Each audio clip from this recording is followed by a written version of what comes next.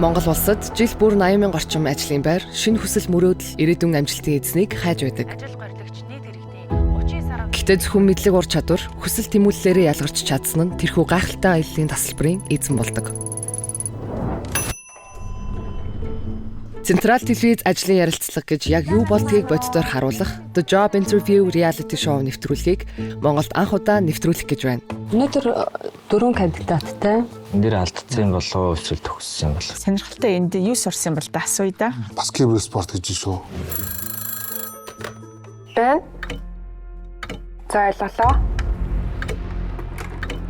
Таны ярилцлагын цаг болсон байна. Та энэ хаалгаар ярилцлаганд ороорой. Амжилтсаа.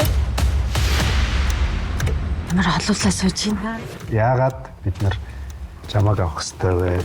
Олон төрлийн соёл, боловсрол харьцаатай байж магадгүй. Брэндээр нь хэр судалж ирсэн бэ? Брэнд бол ерөөсөө судлаагүй юм байна тийм үү?